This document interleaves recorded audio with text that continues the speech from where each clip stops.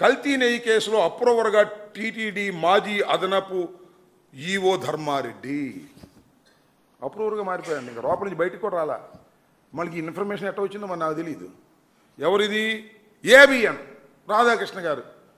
ధర్మారెడ్డి గారిని విచారణకు పిలిస్తే విచారణ క్రమం జరుగుతూ ఉంటే లోపల నుంచి బయటికి రాకముందే అప్రూవర్గా మారిపోయాడు.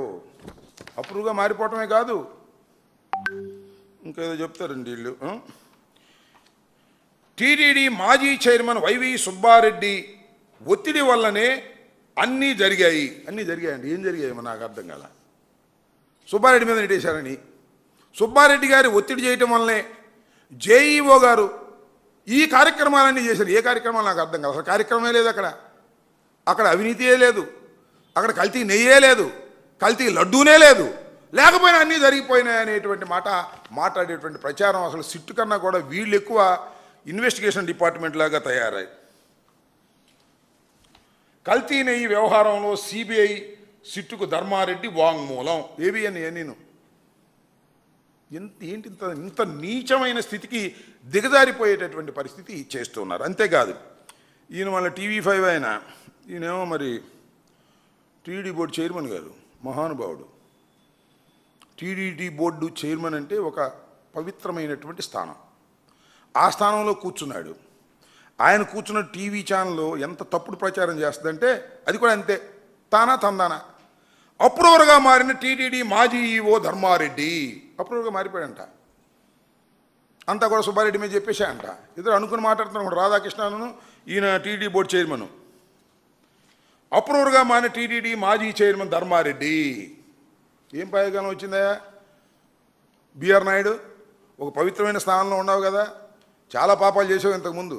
ఆ స్థానంలోకి వచ్చిన తర్వాత అయినా సరే పాపాలు మానవయ్యా, ఉన్నదున్నట్టు చెప్పే ప్రయత్నం చేయండి.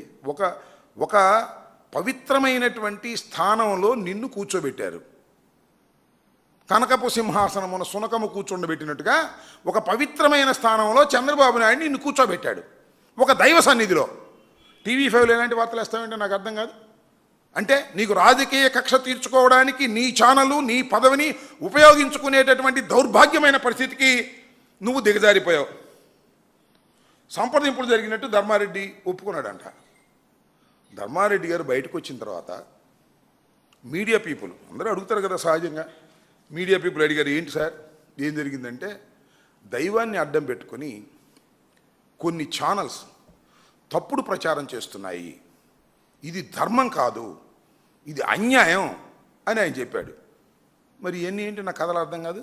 ఏం బిఆర్ నాయుడు గారు, ఏం రాధాకృష్ణ గారు, ఇంకా చాలామంది ప్రచారం చేస్తున్నారు కదా. ధర్మారెడ్డి ఏదో ఒప్పుకున్నాడు, అది ఒప్పుకున్నాడు, నేరం ఒప్పుకున్నాడు. నేరం జరిగితే కదా ఒప్పుకోవడానికి. ఏంటి ఈ నేరం? నాకు అర్థం కాలేదు. ఒకటే చాలా స్పష్టంగా అనేక సందర్భాల్లో నేను చెప్పాను, చంద్రబాబు నాయుడు గారు దైవాన్ని అడ్డం పెట్టుకొని వైఎస్ఆర్ కాంగ్రెస్ పార్టీ మీద బురద జల్లాలనేటువంటి కుట్రపూరితంగా వ్యవహరించినటువంటి సందర్భంలో నెయ్యిలో జంతు మాంసం, జంతు కొవ్వు కలిసిందని, నెయ్యిలో పంది కొవ్వులు కలిసిందని, దాని ద్వారా లడ్డూలు తయారయ్యాయని, ఆ లడ్డూలు ప్రపంచవ్యాపితంగా భక్తులు తిన్నారని ఒక తప్పుడు ప్రచారం చేశాడు చంద్రబాబు నాయుడు గారు సొంతంగా ఆయన నోటెమ్మట. దీన్ని సుప్రీంకోర్టు కూడా ఆధారాలు లేకుండా ఒక ముఖ్యమంత్రి ఎలా మాట్లాడతాడు, ఒక పవిత్రమైనటువంటి లడ్డూ గురించి, హిందువులకు అతి పవిత్రంగా భావించేటటువంటి వెంకటేశ్వర స్వామి ప్రసాదం గురించి ఎలా మాట్లాడతాడు అని నిలదీశారు. అంతేకాదు ఆ ఈఓ శ్యామలరావు గారు ఆ రోజు చాలా స్పష్టంగా చెప్పాడు, కల్తీ నెయ్యిని వాడలేదు మేము, నెయ్యిలో కొన్ని అనుమానాలు వస్తే తిరిగి పంపించేశామని చెప్పాడు. పంపించింది మొదటిసారా? కాదే, చంద్రబాబు నాయుడు గారి టైంలోనూ పంపించేశారు, జగన్మోహన్ రెడ్డి గారి టైంలో పంపించారు, రాజశేఖర రెడ్డి గారి టైంలో పంపించారు. ఏదైనా ఒక లడ్డూ తయారీకి నెయ్యి సరఫరా జరిగినప్పుడు ఏ కంపెనీ సరఫరా ఇచ్చినప్పటికీ కూడా ఆ సరఫరాలో నాణ్యతను చెక్ చేసేటటువంటి ఒక మిషనరీ కింద ఉంది. ఆ నాణ్యత కరెక్ట్గా ఉందన్న తర్వాతే అది కొండ మీదకి వెళ్తుంది. నాణ్యత లేదు అని సర్టిఫికేట్ వస్తే వెనక్కి పంపుతారు. ఇలా అనేక సందర్భాల్లో వెనక్కు పంపినటువంటి సందర్భాలు ఉన్నాయి. అది చంద్రబాబు నాయుడు గారా, జగన్మోహన్ రెడ్డి గారా, రాజశేఖర రెడ్డి గారా కాదు, ప్రతి సందర్భంలోనూ చెక్ చేసుకుని క్వాలిటీ బాగోకపోతే పంపించేటువంటి సందర్భాలు ఉన్నాయి. మరి మీరు ఎందుకు మీ టైంలోనే ఇది వేరే రాజశేఖర రెడ్డి గారో జగన్మోహన్ రెడ్డి గారో ముఖ్యమంత్రిగా ఉన్నప్పుడు కాదు, మీరు ప్రమాణ స్వీకారం చేసిన తర్వాత జరిగినటువంటి వ్యవహారం ఇది. మీరు ఫెయిల్ అయ్యారా?